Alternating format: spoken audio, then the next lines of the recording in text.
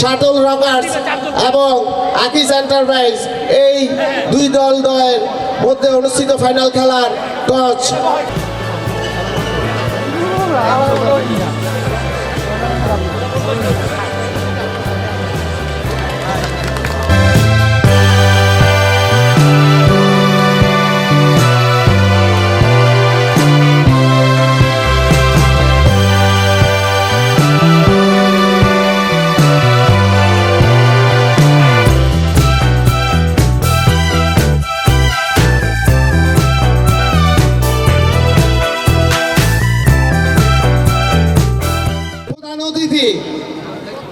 SM Jahangir Hossain ভাই আজকে আপনাদের মাঝে কিছু বক্তব্য, শুভেচ্ছা বক্তব্য রাখবেন। এই 16টি টিম একসঙ্গে খেলে আজকে যারা এই শেষ প্রান্তে বিজয়ের প্রান্তে এসে উপস্থিত হয়েছেন সকলের প্রতি রইল আমার সশ্রদ্ধ সালাম। আসসালামু আলাইকুম। আরাফাত রহমান কোকো, আরাফাত রহমান কোকো একটি নাম না, শুধু আরাফাত রহমান কোকো এই দেশে একটি অস্তিত্ব। আপনারা জানেন আমাদের এই প্রিয় নেতা শহীদ রাষ্ট্রপতি জিয়াউর রহমান এবং বাংলাদেশের পরপর 3বারের প্রধানমন্ত্রী বিএনপির চেয়ারপারসন দেশনেত্রী বেগম খালেদা জিয়া, আমাদের পার্টির ভারপ্রাপ্ত চেয়ারম্যান জনাব তারেক রহমানের অত্যন্ত কলিজার টুকরো। তিনি আমাদের মাঝে যা দিয়ে গিয়েছেন সেটা আমরা এই বাংলাদেশ যতদিন থাকবে ততদিন বাংলাদেশের মানুষ মনে রাখবে। বিশেষ করে আপনি দেখেছেন এই খেলাধুলা ক্রীড়াঙ্গনে তিনি কিন্তু রাজনীতি করতেন না, এই ক্রীড়াঙ্গন নিয়ে তিনি সারাদিন ব্যস্ত থাকতেন। এই বাংলাদেশে আজকে যে ক্রিকেটের যে অবস্থা, ক্রিকেটের যে উত্থান হয়েছে সেই উত্থানের পিছনে কিন্তু আরাফাত রহমান কোকোর অক্লান্ত পরিশ্রম ছিল এবং তিনি কিন্তু আজকে বাংলাদেশের মাটিতে ক্রিকেটকে এত জনপ্রিয় করে তুলেছেন। সারা বিশ্বে বাংলাদেশকে পরিচিতি লাভ করিয়েছেন এই ক্রিকেটের মাধ্যমে জনাব আরাফাত রহমান কোকো। আমরা আজকে যেখানে খেলা পরিচালনা করছি, আমরা এখানে কত নেতাকর্মী এসেছি, এলাকার লোকজন এসেছে, এই পরিস্থিতি কিন্তু অতীতে ছিল না। আপনারা দেখেছেন আমরা গত 16 বছর কি অত্যাচার, নির্যাতন, নিপীড়নের ভিতরে ছিলাম। আমাদের কোনো নেতাকর্মী না, শুধু যারা রাজনীতি করে না কিন্তু আওয়ামী লীগ করতে হবে এরকম একটি পরিস্থিতি সবার ছিল এবং করতে বাধ্য করেছে। যারা আওয়ামী লীগ না করেছে তারা কিন্তু এলাকায় থাকতে পারেনি। একজন এলাকায় নিরীহ মানুষ যিনি কখনো কোনো পার্টি করতেন না, কিন্তু এই আওয়ামী লীগ আমলে দেশে থাকতে পারেনি কেন? যে তাকে আওয়ামী লীগ করতে হবে। তাদের নির্যাতন, নিপীড়ন, এই এলাকায় দখলবাজি থেকে শুরু করে এমন কোনো কাজ নাই যেটা হয়নি। আমরা গত 5ই আগস্ট যে পরিবর্তন হয়েছে আমাদের ছাত্র জনতার আন্দোলনের মাধ্যমে, আমাদের ভারপ্রাপ্ত চেয়ারম্যান জনাব তারেক রহমানের অক্লান্ত পরিশ্রমের মাধ্যমে দীর্ঘ 15 বছর তিনি একটি আন্দোলনকে ডানা পাকিয়ে আসতেছিলেন। অর্থাৎ 2008-এর পরে আন্দোলনে আমাদের অনেক নেতৃবৃন্দ শহীদ হয়েছেন, অনেকে গুম হয়েছেন, অনেক নেতৃবৃন্দর হাজার লক্ষ নেতাকর্মীর বিরুদ্ধে মামলা হয়েছে, সাজা হয়েছে। আমাদের এখানে যারা রাজনীতি করি আমাদের এমন কোনো নেতা নেই যে যিনি জেল খাটেনি। তো যাই হোক, এই কথাগুলো বলতে গেলে অর্থাৎ এই খুনি হাসিনা আমাদের উপর যে নির্যাতন, নিপীড়ন করেছে, এই দেশের অর্থ সম্পদ লুট করেছে, এই দেশকে একটি অরাজক পরিস্থিতি সৃষ্টি করেছে, এই দেশকে দেশের পর্যায়ে রাখিনি, ভারতের কাছে বিক্রি করে দিয়েছে। যে 5ই আগস্ট যে নতুন একটি রাষ্ট্রের, নতুন একটি দেশের উদ্ভব হয়েছে, অর্থাৎ গণতান্ত্রিক দেশের উদ্ভব হয়েছে, সেই গণতন্ত্র রক্ষা করার জন্য আমাদের প্রিয় নেতা জনাব পার্টির ভারপ্রাপ্ত চেয়ারম্যান জনাব তারেক রহমান সাহেব অক্লান্ত পরিশ্রম করে যাচ্ছেন। আমরা বিশ্বাস করি আমরা সকলে ঐক্যবদ্ধভাবে আমরা তাকে সহযোগিতা করে তার কর্মসূচিটাকে আরো এগিয়ে নিয়ে যাওয়ার জন্য আমরা চেষ্টা করব ইনশাল্লাহ। তিনি যেভাবে আমাদের কাজ করতে বলেছেন আমরা সেভাবে কাজ করব।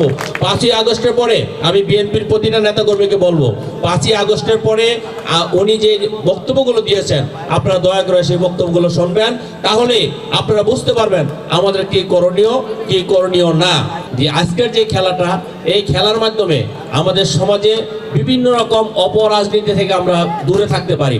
অর্থাৎ একজন ছাত্র, একজন এলাকার হয়তো ছাত্রও না, কিন্তু সেই ছেলেটা যদি খেলার মাঠে যায় সে বিভিন্ন অপকর্ম থেকে বিরত থাকে, মাদক থেকে শুরু করে সন্ত্রাস থেকে শুরু করে সমস্ত কিছু এই খেলাধুলার মাধ্যমে আমরা পরিহার করতে পারি। সেই জন্য সমাজের প্রতিটি মানুষকে আমরা বলবো আমাদের সন্তানদেরকে খেলাধুলার মাঠে পাঠাই, আমাদের সন্তানদেরকে খেলাধুলার মাধ্যমে যদি রাখি আমরা এই সমস্ত অপকর্ম থেকে সামাজিক বেদি থেকে আমরা রক্ষা পাবো।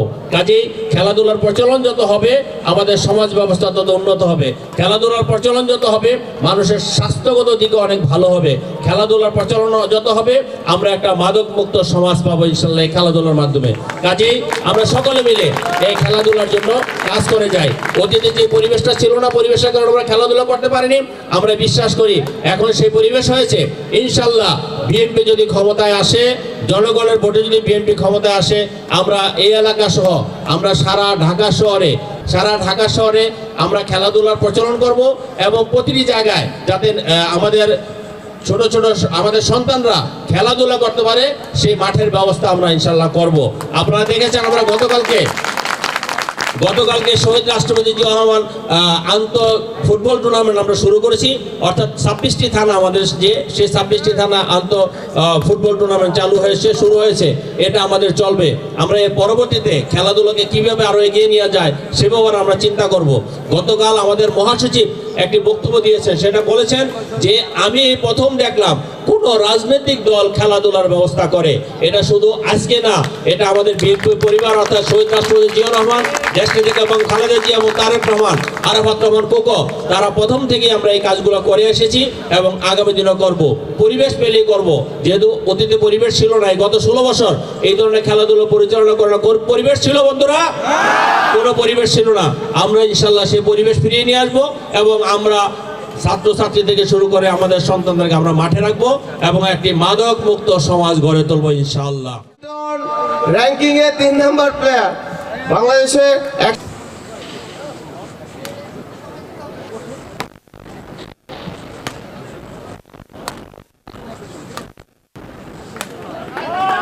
ঠিক আছে, খেলা জমে উঠেছে।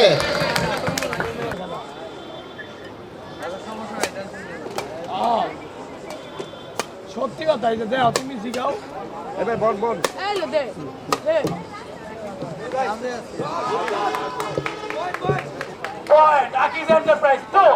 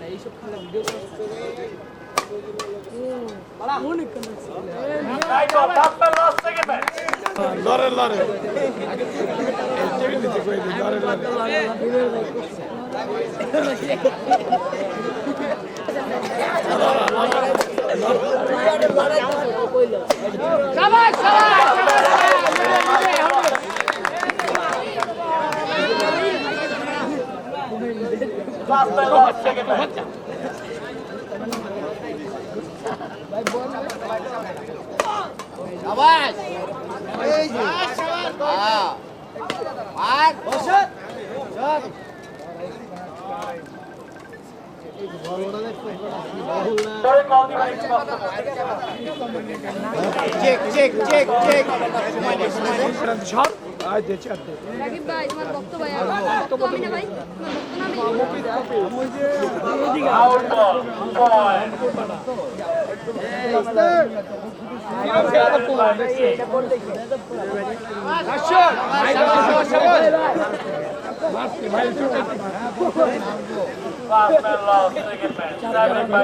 আমার মায়ের চুল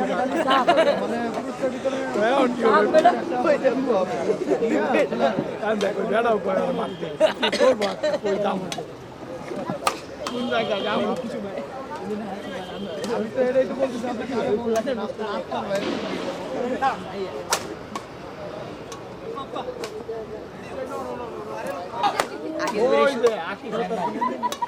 আকিজুরির একটা শুক্রবার টিভিটা থাকে জ্বালাইবো বাকি থাকি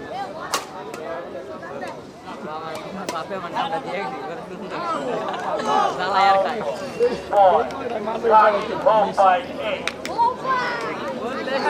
Last man lost, second man.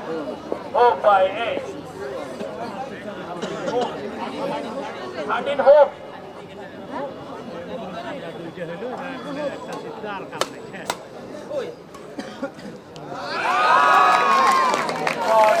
Game ball. Second man. Second man.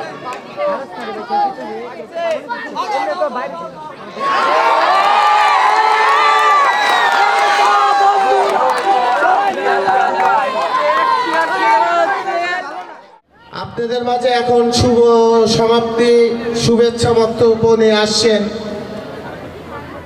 জনাব এইচ.এম. বেলায়েত, আরাফাত রহমান কোকো, ক্রীড়া পরিষদের সভাপতি, ঢাকা মহানগর উত্তর।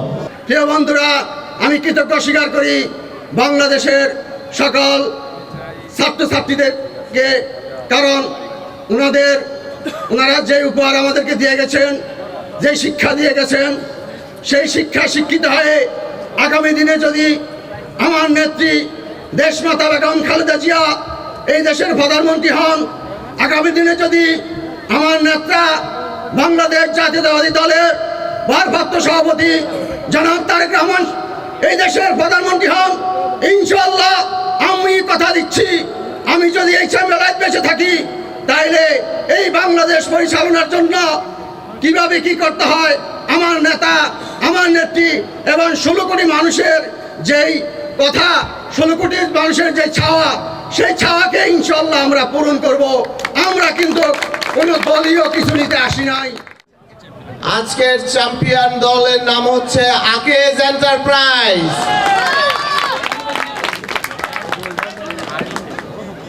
এবং রানার্স আপ দলের নাম ঘোষণা করছি। রানার্স আপ দল হচ্ছে সাতল রকার্স।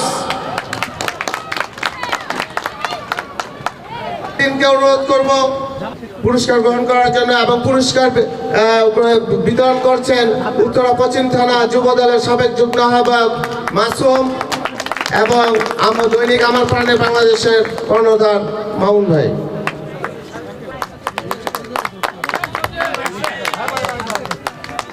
হাততালি হাততালি হাততালি।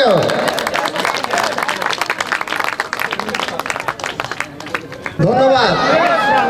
আজকে ছিল দৈনিক আমার প্রাণের Bangladesh, media partner JBC television.